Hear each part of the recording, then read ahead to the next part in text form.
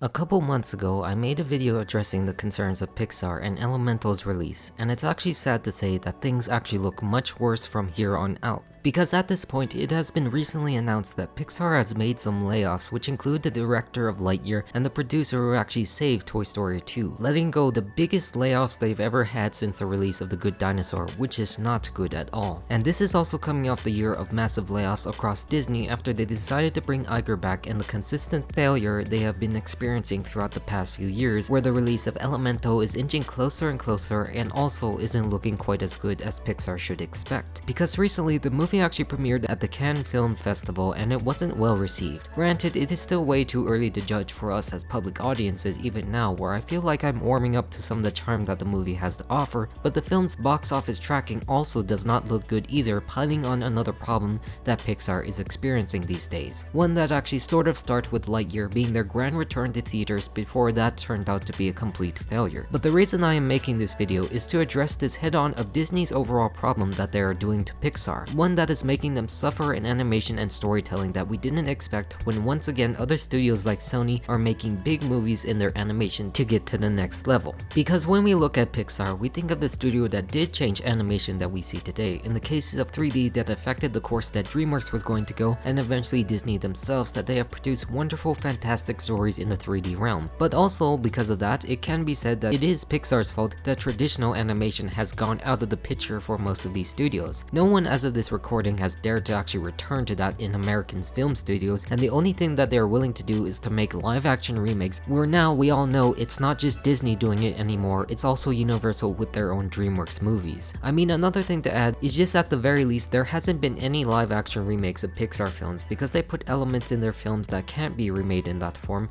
but somehow cannot pull it together when making original stories this day and age under the tyrannical umbrella of Disney. Like, I don't think anyone remotely has a hatred or overall problem with Pixar as a studio, but rather they are bored of the mainstream ideas or just too niche with their stories when looking at the latest films like Luca or Turning Red. And all of this has to do with the problem with Disney themselves, releasing these movies on Disney Plus rather than returning to theaters. Now, this isn't totally their fault, considering during Luca's time COVID was still very rampant and safer to release and watch on streaming instead, but when they actually did that to Turning Red and instead put Lightyear to theaters, actually started to make things worse for Pixar and the expectations that the audiences are going into. Because the style of those two films are clearly more different than what we usually associate with Pixar of the past. These films still have the charm but are more visually different and takes a more niche down idea rather than the broad ones we had before. This is compared to their own golden age, where you put things that aren't human and portray them in human ways like toys or monsters or even rats that cook, that they managed to take human element really well into an animated form, and that these ones took the simplicity of what we knew and translated within this unique idea that wasn't seen at the time by other studios. And you can put the cases similar into these films like Luca and Turning Red, but use humans a lot more in a relatable aspect of that part of the world, which is actually cool too. Luca in this case uses sea monsters and transforms them into humans to interact with that part of the world, specifically the director's childhood time in Genoa, Italy, and then using that as a metaphor for feeling different, while the next film in Turning Red usually takes a look at this Chinese-Canadian girl who turns into a red panda when she's going through the emotional puberty stage and generational differences, where both remain really unique and heartfelt but still very niche down to the broader picture that was associated with earlier films. That isn't to say that this is completely a bad thing, because these are actually pretty good films, but the reason those films were explosive successes is because they can translate to any person at all, making it more easily accessible if you know what I mean. I also bring up this part to discuss because of those Disney Plus release problems, because at this point it does look like Elemental is actually going to bomb at the box office, similar to how Lightyear was the previous year before, and that has to do with what Disney is doing with their recent films, both on and off the platform. Now, that's not to say Disney Plus by itself isn't big, because it is the third largest streaming service out there, but the budgets they have and the films they release aren't making the money they want, because most people these days now expect it to be here instead of out there on the screen that many families can actually enjoy to watch in a film theater. It is here we see Disney overall affecting the path of Pixar for the worse rather than the better, similar to Disney's own rocky period near the end of Eisner's tenure as CEO and the problems they actually had with Pixar that was relieved when Iger bought Pixar back in 2006 when he took over. But even after that and the other successes we saw, it only lasted for so long before the quality overall dropped, because looking at before, we did have have films like Brave, which was Pixar's attempt at princesses on their side, but actually that didn't actually work at all. The production behind it was so messy and makes you think what could have been for the story instead of the bear-centric whatever type of movie that we know of today. A movie that was going to be Pixar's first directed by a woman who actually did Prince of Egypt, but they actually didn't want to go that route and only waited until Turning Red to prove how wrong they were with that own idea. Like consistently during this entire time after the 2010s, Pixar was making terrible choices that actually affected the overall quality of the studio that we know of. And then during the same time was the release of Pixar sequels. The 2010s were mainly focusing on extending Pixar into franchises itself, and most actually didn't work because the first instance was starting off strong with the wonderful conclusion that Toy Story 3 did, and knowing that Toy Story worked because they actually put effort behind the story and didn't actually plan to have sequels at all. But then during the same era as Toy Story 3 began, it ended with an unnecessary one like what Toy Story 4 did. And this is all due to their worst film being sequel to Cars and Cars 2, showing that this idea isn't that very good. I mean, Cars by itself is the weakest franchise to come out of Pixar, but it isn't as bad as what most people say, but this problem is still due to what they did with Cars 2. The idea of it was totally wasted and flawed and never really got what the story was about in any way. It's a fun adventure as a side piece or short story, but never as a movie, and it really showed. Nothing here was communicated well, and that still continued on as time went on. And this spiraled out of control with mediocre stories like Good Dinosaur and The Incredibles 2. I say this in this sequel era because Finding Dory is still a good heartwarming adventure, but still overall felt unnecessary in the story that sidelined its original main characters for the comic relief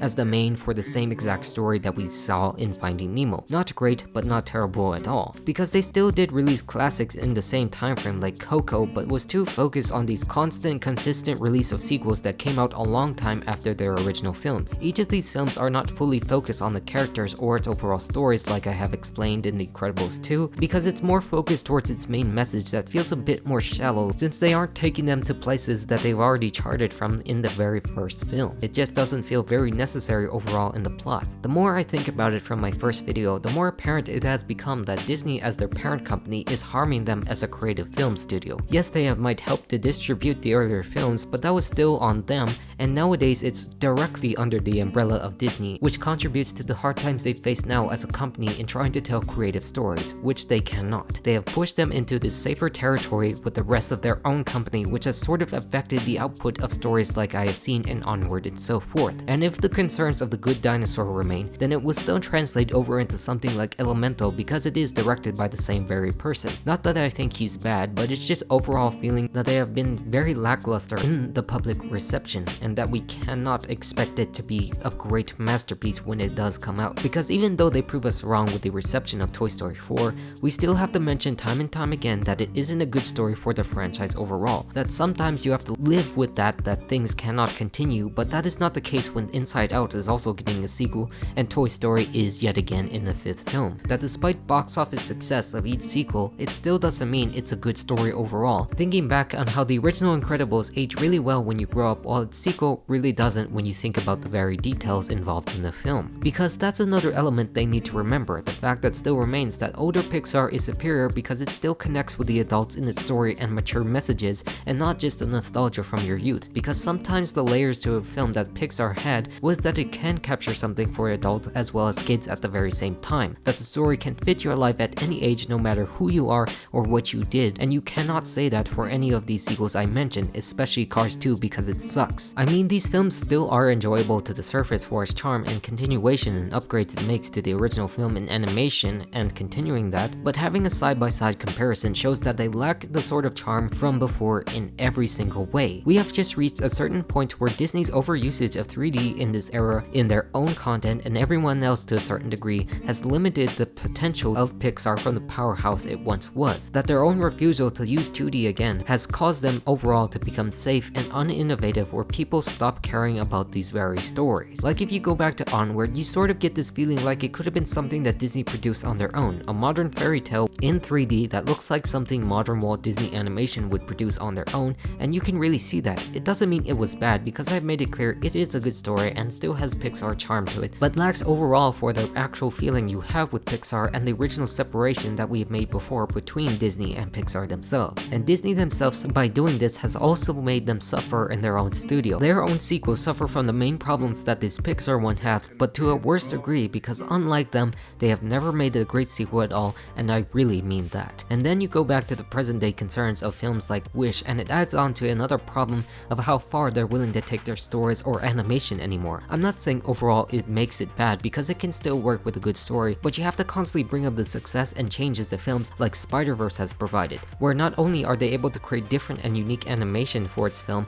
they are able to provide the story that goes along it that enhances those details and choices make that stands out, something that goes above and beyond, similar to the ideals that older Disney had when Walt was at the helm to go for the bigger and bolder choices, the same ones that the corporation even used when it saw the potential in Pixar to make these films. And films like Wish or even Elemental is not taking that far enough, and it just feels lackluster and taking a step back from the type of style that they're producing. It is stagnant and it's not actually changing things like Spider-Verse did. So it really doesn't make sense for them to do any of this and constantly make decisions that harm the public perception of the movies. And I really think if they had a theatrical release for stuff like Turning Red and Luca, it would put things a lot better for them instead of releasing Lightyear the same year as Turning Red, which doesn't make any sense because that was the same year that DreamWorks was diving into this very style with Puss in Boots and The Bad Guy. So you see, people really feel invested in these types of styles and storytelling, but it's just that they refuse to do so as a company, being one that wants to do lackluster fairy tales these days and just banking off nostalgia of what already worked. Like the executives nowadays just see the Disney Renaissance and think that is the peak and highest that they could go in their own animation, so let's remake them instead of focusing our money on making these creative, interesting stories instead in Pixar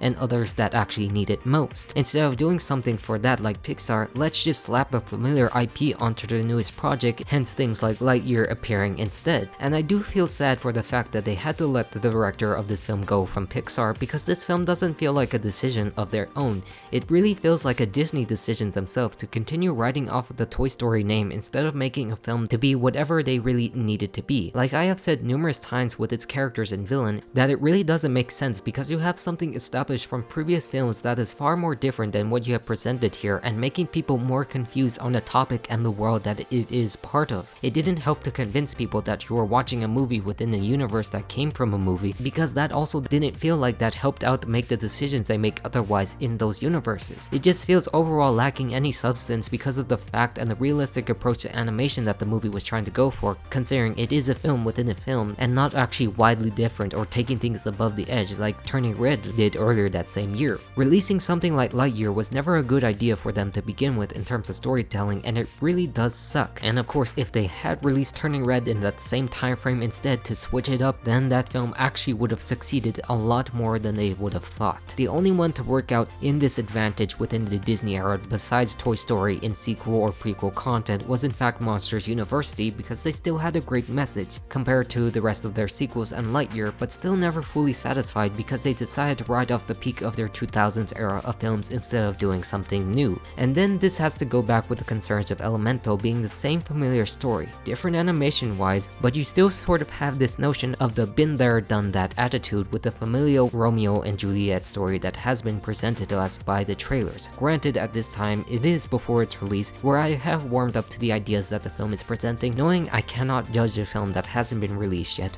where the score actually sounds beautiful, done by Thomas Newman, who has created one of Pixar's best soundtracks, but it still ties in with the same familiar issues plaguing the studio to this day. It's something I realize has already been discussed before and feel like repeating what others have already said, especially here on YouTube with myself, but knowing these changes that Disney has been making themselves, it's really hard to ignore at this point considering what is happening around us with recent films that have been released. I still think overall at this point that Pixar does have the edge over Disney, but they really do feel like they're both blending together, and that is simply a bad thing. Not to say that there are still key differences between the studios to this day, but overall with the decisions of some of the stories, you really can't tell them apart, and that is sad. Still tying back into that idea of bringing back to the animation, because there's nothing wrong with doing that at all for Disney. Because once again, it is not a good sign when your next film is shaping up to be a box office bomb like Lightyear was, or people not knowing if Wish actually looks good. Since when that actually happens, it overall ties in what happens from an executive standpoint, because unlike Lightyear, a straight sequel with familiar characters that most people already know of always have the potential of generating tons of money for the studio. I mean, outside of Cars, most of them have actually been billion-dollar successes for their sequels. Not one of them are actually really financial failures if you think about it, and this will be the likely scenario that they will face afterwards when Inside Out actually comes comes out, because we know of how successful the movie brand was and how it translates to a great success when the sequel gets released. But that is still a huge problem considering what we've already talked about in this video and the creativity that Pixar has had before. It just feels like this causes more chaos than good, where from the first Toy Story to Up, they actually had this huge roll of fantastic original films where each of them actually did great financially and critically, really flowing well with each other even if it wasn't related in the slightest, unless you count the Pixar theory, which isn't true at all. And unfortunately, this is the same thing that is happening with Disney once again, with Frozen 3 as an announced film, even though the second one quite frankly sucked, reiterating the same notion that they are now virtually the same studio but now put in different locations, which is stupid but the truth considering what Iron Fist Disney has for their films these days. It just feels like they make these films now in order to resell it to us later as cheap but also expensive live action remakes 10 years later after it was released, and nothing added to the art of what was. That now, between these stories, whatever doesn't work initially also always gets swept under the rug. Anything that doesn't make them money will be forgotten, where they will always prop up their biggest franchises in our face wherever we go in their theme parks or whatever, rather than letting people like Pixar be free to create. I mean, don't get me wrong, they still can and will be able to create these standout films for the studio, but now it's just going to be placed alongside the overworked content schedule of the same familiar stories and sequels or spin-offs, because that's the only thing they can do now within the organization known as Disney. So if they don't realize that their problem relies within themselves and the mitigation of creativity across the board to meet some deadlines for their quarterly earnings, then effectively Disney themselves would have killed Pixar and eventually their own studio for not realizing any of these points at all. But then time can actually prove us otherwise wrong, including myself, and I don't doubt the case that these movies will continue to be successful, especially their sequels, but it is the simple fact that I just wish they have the courage to believe in these films once again like they had for the course of the 2000s to change the landscape and possibility of film. But until that day comes, Disney will always remain to be a failure in how to piggyback off the creatives that they used to have over 100 years ago. With that said, I'm all done, so goodbye.